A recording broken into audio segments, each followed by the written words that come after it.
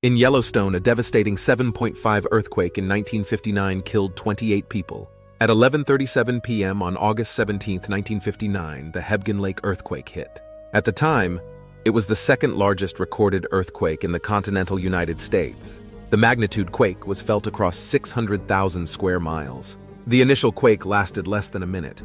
Within seconds, the ground plunged, leaving behind a sheer 20-foot wall of exposed earth which totaled 18 miles. Shortly following the massive quake, an immense slab of weakly affixed material detached from the canyon's north-facing slope and slid into the valley, snapping trees and tossing 1,000-pound boulders. As debris plummeted to the canyon floor, a new natural dam formed at the foot of the canyon several miles downstream from the Hebgen Dam. The Madison River was blocked and flooded the canyon, engulfing trees and campgrounds, forming the beginnings of what is now known as Earthquake Lake. The lake covers an area 5 miles long and 1/3 of a mile wide that is more than 190 feet deep at points. Sizable waves spilled over the Hebgen Dam. Residents downstream feared that the dam would fail, causing the community of Ennis to evacuate shortly thereafter. Highway 287 plunged into Hebgen Lake, and the quake caused parts of the lake to rise 8 feet. The Hillgard Fishing Lodge, located on Hebgen Lake, fell into a gaping fissure caused by the displacement and plummeted into the lake just moments after owner Grace Miller jumped out of the sliding building. The landslides caused by the quake carried 50 million cubic yards of rock, mud, and debris down into the valley and created hurricane-force winds strong enough to toss cars. It was said to be one of the largest landslides in North America. Officials rescued hundreds of trapped victims from Refuge Point. Within a couple of days, the majority of roads were reopened. In total, 28 perished in the quake, 19 of whom are still entombed within the landslide debris. 300 people trapped in the canyon were also rescued. There was also several aftershocks, ranging from 5.8 to 6.3 reported after the quake. There was $11 million in damage reported, the equivalent to $115 million in 2023. Significant effects of the earthquake were felt in Idaho and Wyoming, and lesser effects were felt as far away as Puerto Rico and Hawaii. The 1959 earthquake was also the most damaging earthquake to occur in Montana. Within a few days of the quake, Sapphire Pool, a previously quiet hot spring in Yellowstone's Biscuit Basin, began erupting over 200 feet high. The eruptions destroyed the biscuit-like formations. The world's tallest geyser steamboat, located in Yellowstone's Norris Geyser Basin, awoke from its 50-year dormancy when it erupted in 1961.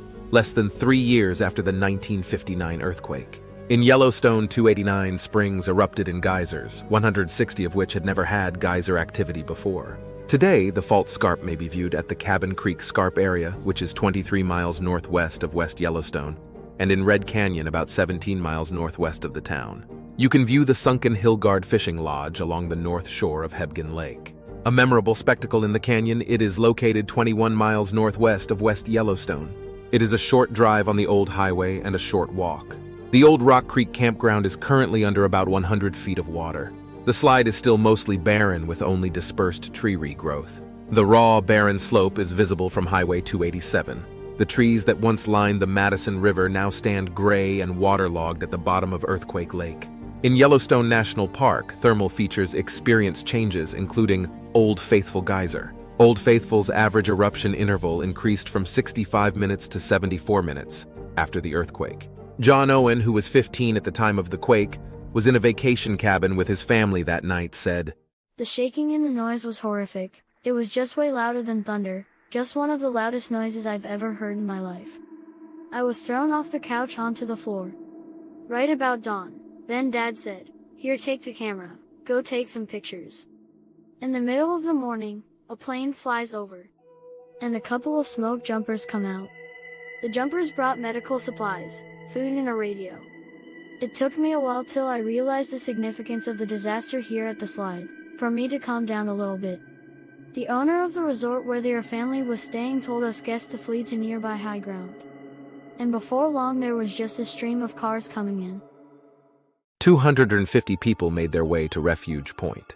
Brooke Cunningham, the host of Cabin Creek Campground, stated that in August 1959, he was camped on the north end of Hebgen Lake with his father when the ground started to shake. "It lasted for a good minute. I had no idea what it was. I'm assuming it was part of the noise from the mountain coming down. It was quite loud, You could actually hear the noise from the waves going back and forth. We could hear the waves rumbling and could actually see some of the wave action because it was a full moon. There were cracks everywhere. We couldn't walk anywhere. In 1959, Hebgen Lake was hit by something called a seiche. That's a big wave that runs from one end of the lake to the other. The lake stretches for approximately 14 miles. These waves destroyed the road and the houses on the north side. The waves built up, coming back and forth, sweeping over the top of the dam. Cunningham says the waves lasted about 17 minutes, some up to 20 feet tall, sweeping from one end of the 14-mile lake to the other. The next day, after people downstream of the dam at Refuge Point had been rescued, a helicopter returned to pick up Brooke and his dad.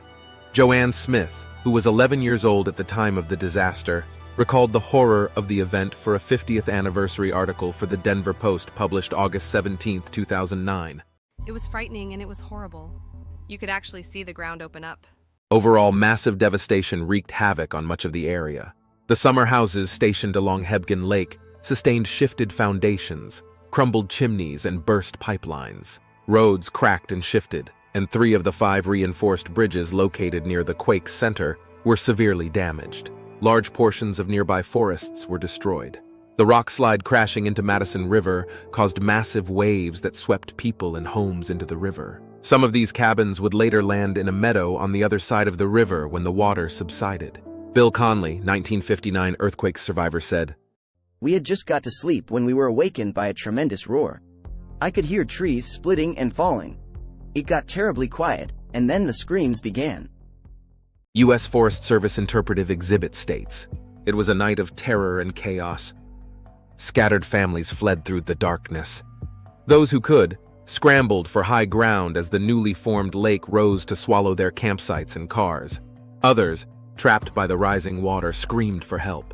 It would be many long, dark, and terrifying hours before dawn, and it would be many days before it was known just who had lived and who was lost." The memorial boulder, a remnant of the earthquake, has a plaque engraved with the names of all 28 people who died during the event. May they rest in peace. The Yellowstone Park Earthquake Lake Visitor Center is open daily. When you go, see if you can spot Earthquake Lake and the Sunken Hill Guard Fishing Lodge. While you're there, don't forget to watch out for earthquakes.